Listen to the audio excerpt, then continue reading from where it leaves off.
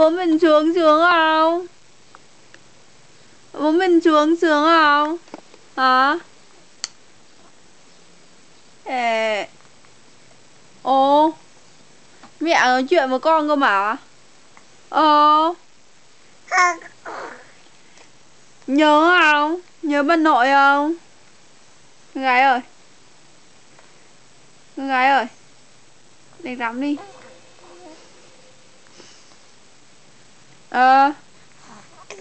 Pu. Pu pu. Ờ. Ờ. Ờ. Ờ. Ờ. Ờ. Ờ.